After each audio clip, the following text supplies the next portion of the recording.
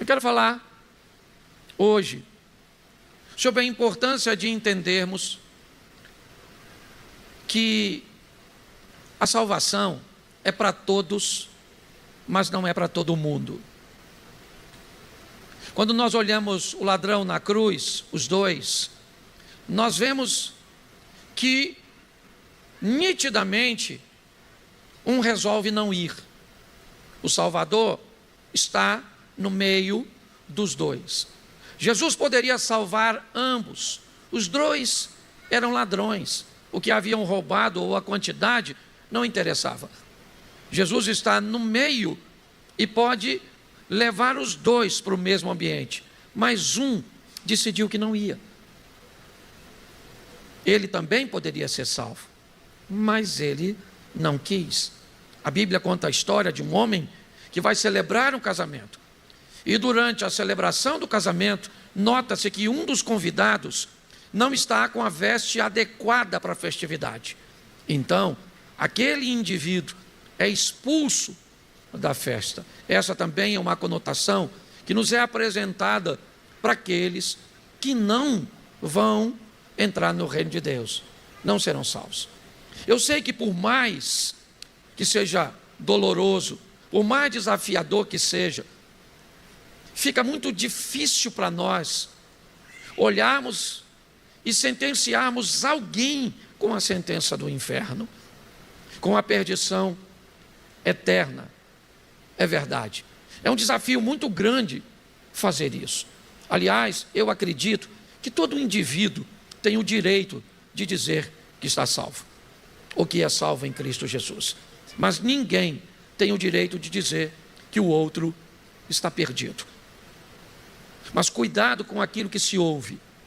Cuidado com o Evangelho ou com a exposição da palavra, onde viver com Deus não requer nenhuma mudança. Cuidado com as exposições onde Deus tem que se moldar a você. Deus tem que entender suas fraquezas, porque Ele não é capaz de te dar força. Deus tem que entender suas dificuldades, porque Ele não pode suprir. Cuidado com a exposição de que Deus tem que se encaixar nas suas vontades, nos seus desejos. Porque se pensarmos assim, cá convenhamos, Deus, na verdade, somos nós e não Ele. Se tudo gira em torno de nós, na verdade, nós somos o centro das atenções. Então temos que ter muito cuidado quando vamos olhar para isso, porque estamos vivendo um tempo onde as pessoas, elas querem ser ouvidas, ser assistidas e ganhar a sua atenção. E para ganhar a sua atenção, elas são capazes de dizer sempre o que lhe convém, sempre o que lhe agrada. E isso é um grande perigo. Hoje um pastor tem na igreja, às vezes, 3, 4 horas por semana para combater todo o conteúdo ministrado o tempo inteiro. Né? Até porque o algoritmo, ele reconhece o que você assiste, ele reconhece o que lhe interessa. Então, se você se interessa por assuntos religiosos, ele manda o tempo inteiro isso para você, sem discriminação.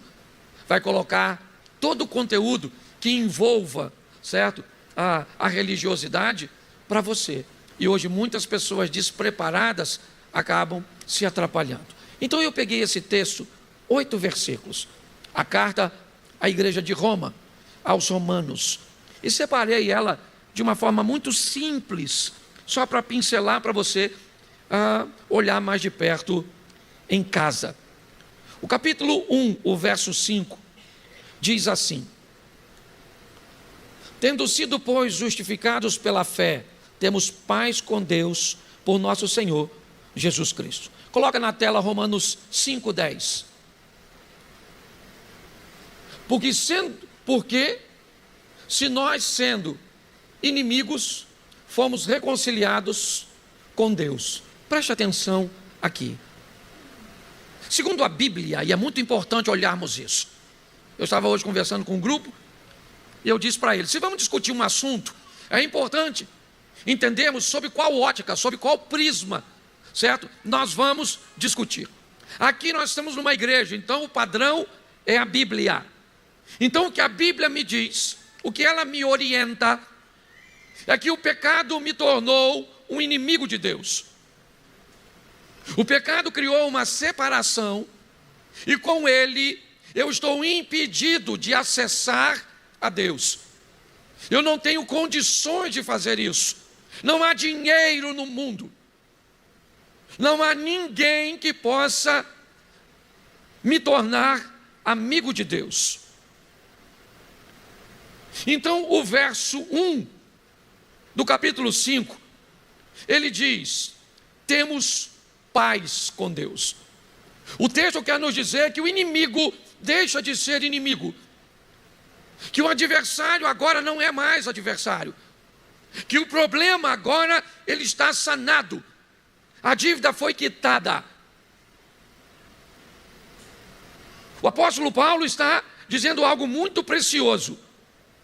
A fé em Cristo Jesus faz com que o pecador deixe de ser inimigo de Deus e passe a lhe ser amigo, passa a lhe ser filho.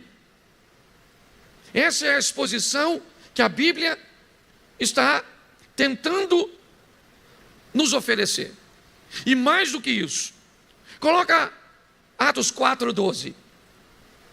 Atos 4, verso 12. Eu vou usar bastante, tem um texto que eu não dei para vocês aí. Bom, em nenhum outro há salvação, porque também debaixo do céu, em nenhum outro nome há dado entre os homens pelo qual devamos ser salvos. Esse é um texto que diz que só existe um, segundo a Bíblia, ok? Segundo a Bíblia. Você quer dizer que alguém vai reencarnar, vai nascer de novo e vai buscar, né, a perfeição? Beleza, isso não é Bíblia, não é isso que nós usamos por base aqui. Eu preciso só que dê uma olhadinha na criança, tá certo?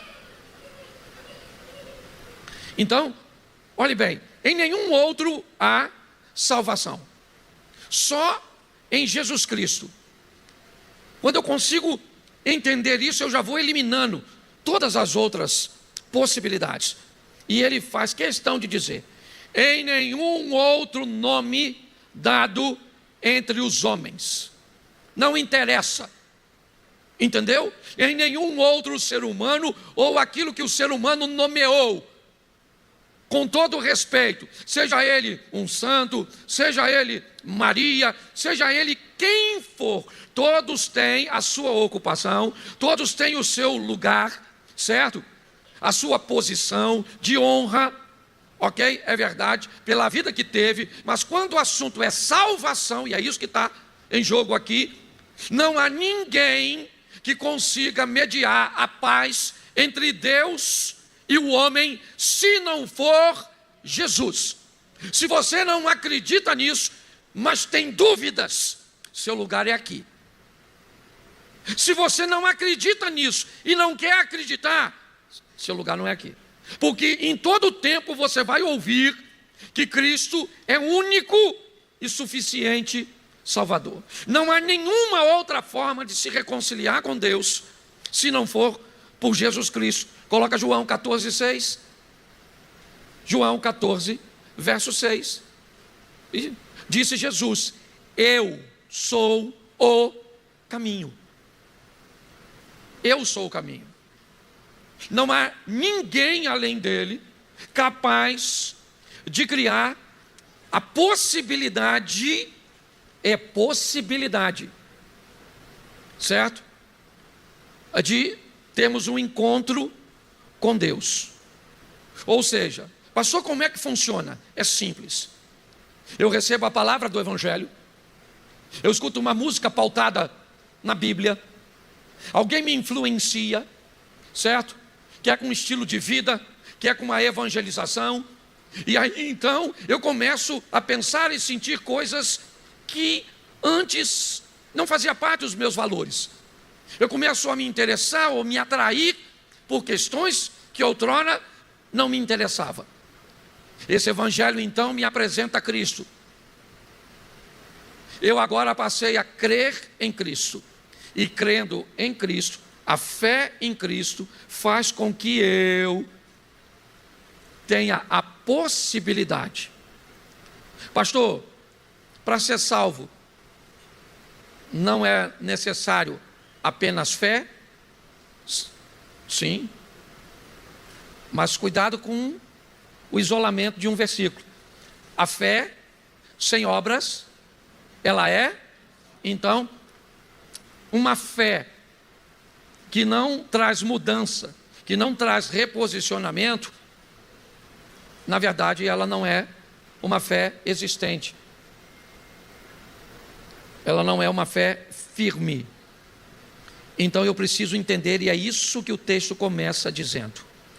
O verso 2, coloca por favor, 5:2.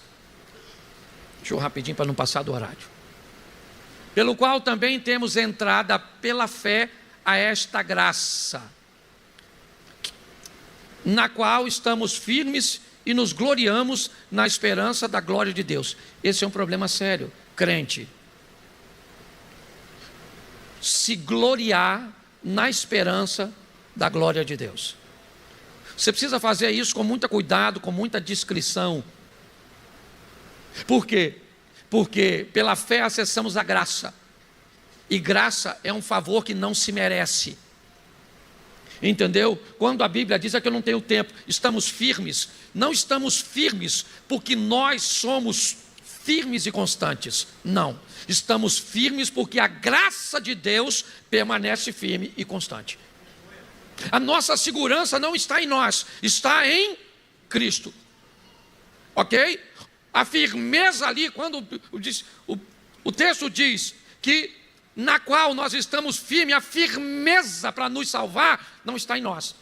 Porque no que depender de nós, nós não merecemos.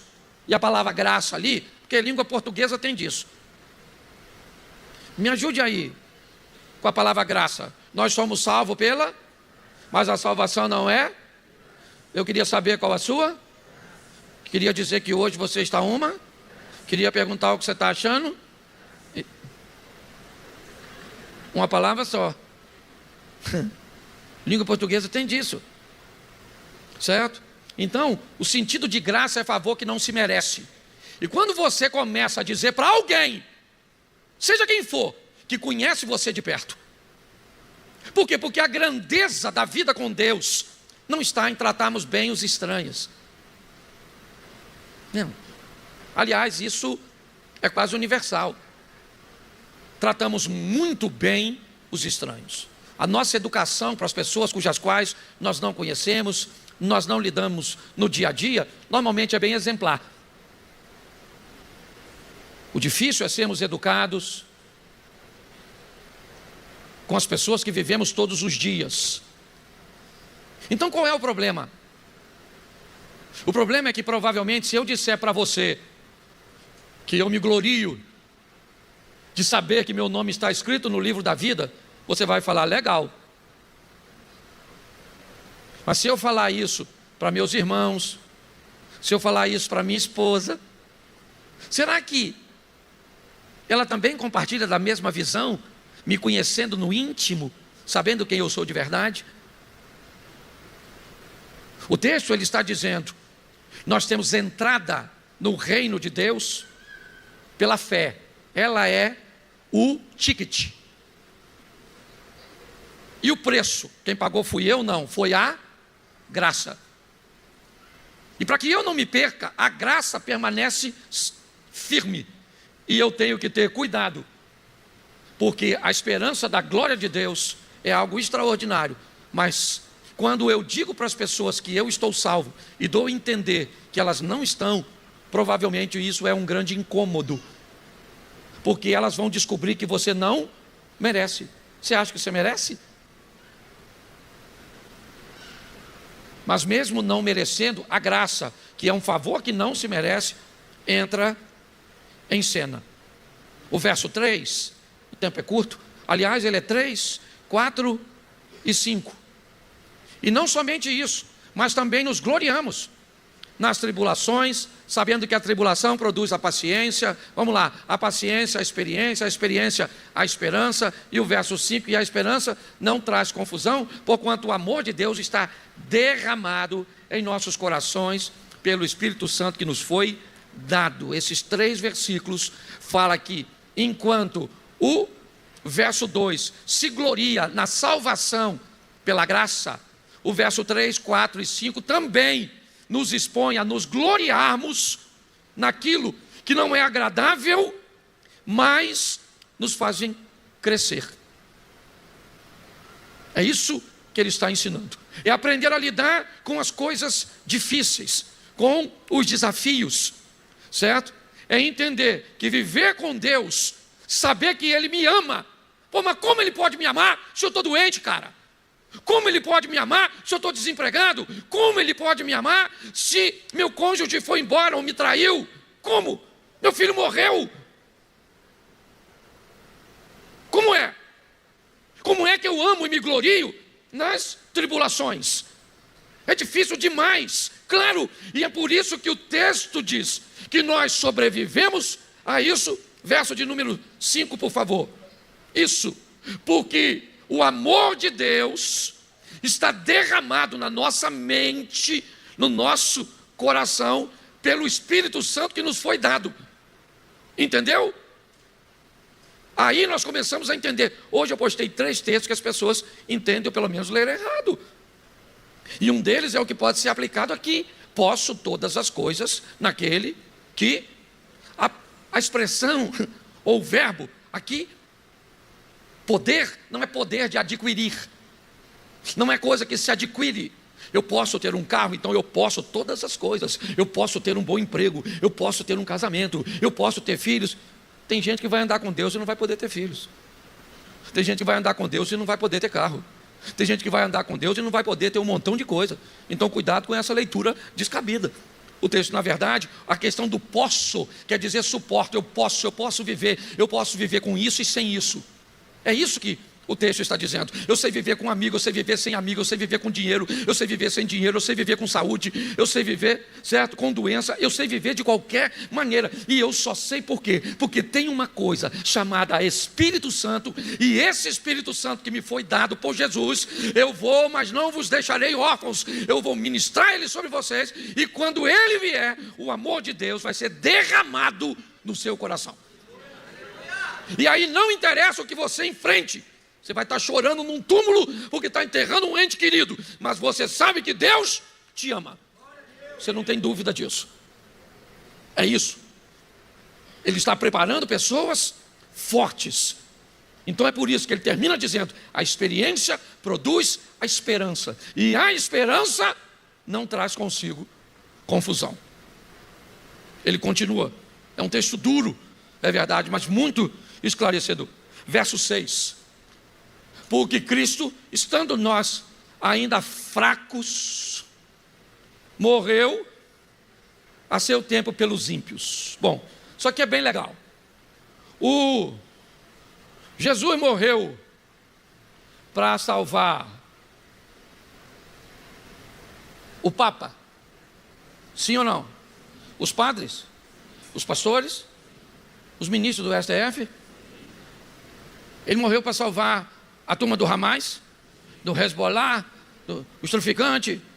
Ele morreu para salvar todos os ímpios. Enquanto os ímpios ainda estavam fracos. Isso é uma das coisas que mais me sustenta no caminho do Senhor ao longo de todos os tempos. Todas as vezes que eu me deparo com esse texto é um dos que mais firma meus pés, por causa da pergunta que vai ser feita agora no verso 7.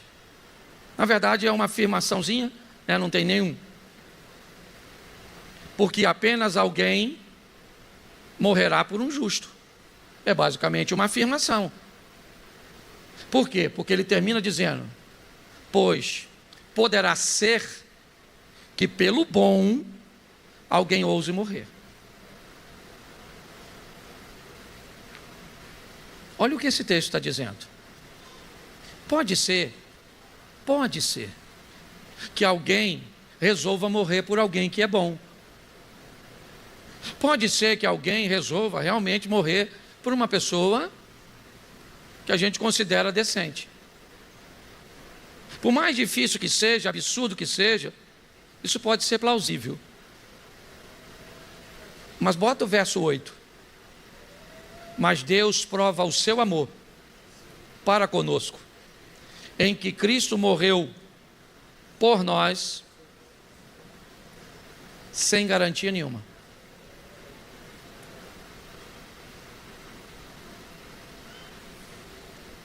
Pai, o senhor me dá uma bicicleta no final do ano? Melhore suas notas. Seja obediente. Dependendo de como você se comporte, papai pode te levar para viajar, papai pode trocar seu game, eu posso fazer isso, posso fazer aquilo, mas tudo vai depender de como você vai se comportar. Se comporte primeiro e eu te dou depois. O texto diz que Deus prova, como se precisasse provar. Talvez alguém queira a prova do amor de Deus para conosco, em que Cristo morreu por nós, sendo nós ainda pecadores. Vai lá naquela cruz e entrega a sua vida, mesmo sem a garantia de que você iria melhorar, iria recebê-lo, iria amá-lo. Pare para pensar nisso. Isso é uma mensagem bíblica muito profunda,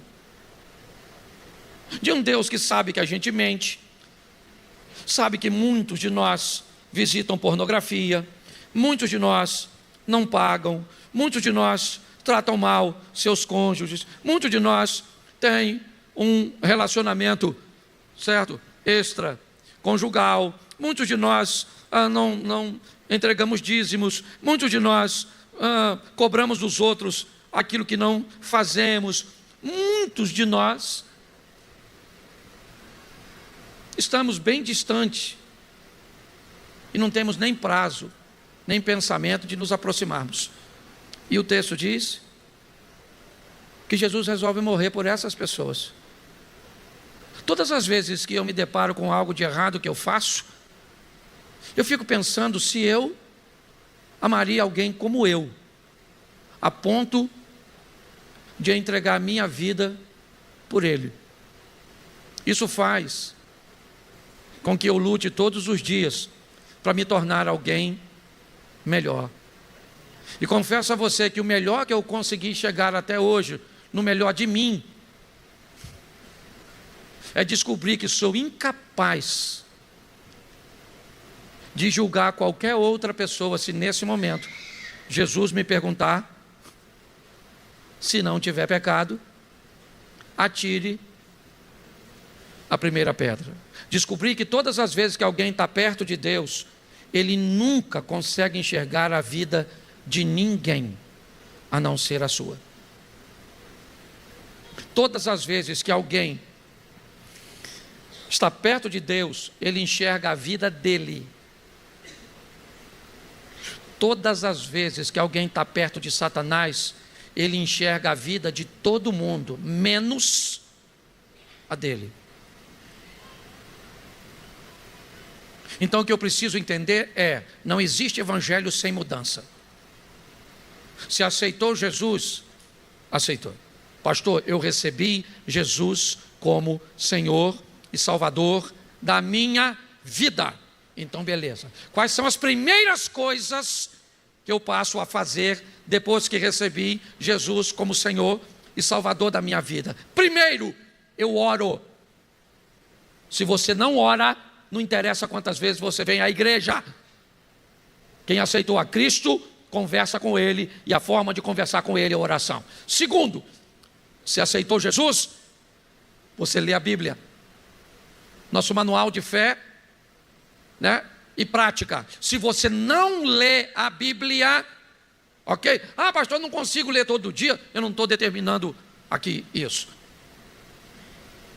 Então você lê a Bíblia, você ora, então tá bom, bom negócio. Pastor, eu comecei a me preocupar demais com o bem-estar dos outros. Nossa, isso significa que você é um cristão, já está legal. Pastor, eu não tenho muito não. Eu vou falar para o senhor, uma vez por semana, tem uma família lá no final da rua que eu moro, pastor. Eles são pobres demais. Então, uma vez por semana, pastor, porque eu não posso fazer todo dia. Eu saio para comprar pão. Sabe o que eu faço? Ele tem 3 filhos, ele e a esposa. Então, eu compro 5 pães, pastor. E eu passo lá e deixo os 5 pães naquela casa. Nossa, que sensacional.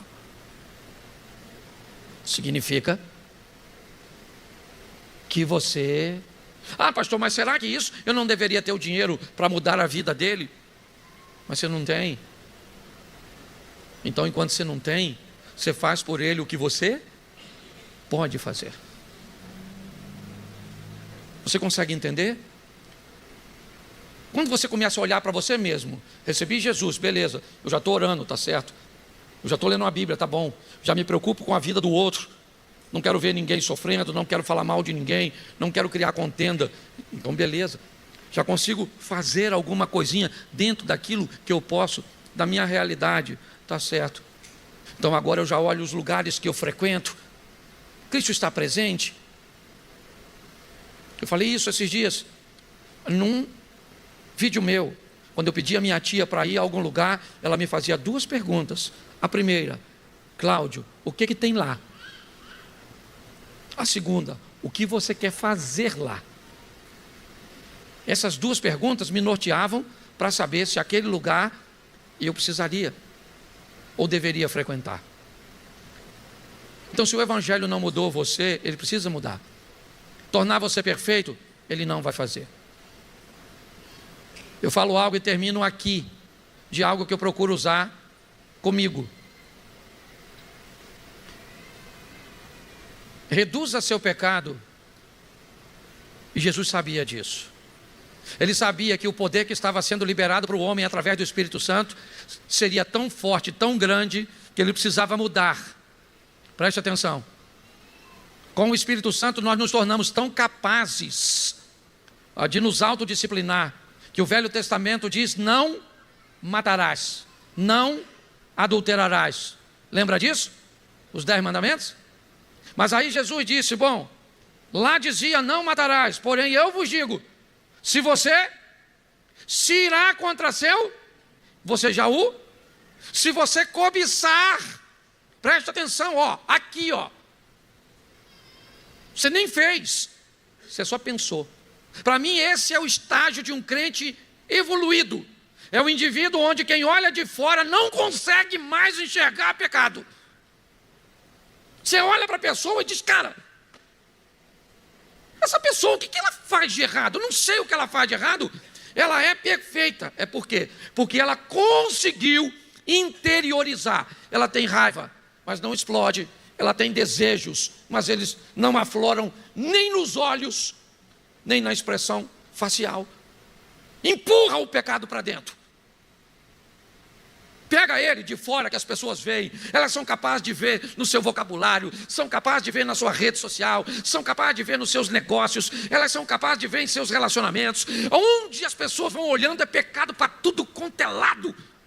Você recebe Jesus e você vai então, tira o pecado ali. Esse aqui saiu, esse sai com mais facilidade, esse não sai, esse aqui tal. Ou o cara já não fala mais palavrão, não vai naquele ambiente, não anda com aquele tipo de roupa, não se relaciona com aquilo, parou de fazer aquilo outro. E aí você vai eliminando, de repente você olha e diz, agora eu sou um bom exemplo para as pessoas.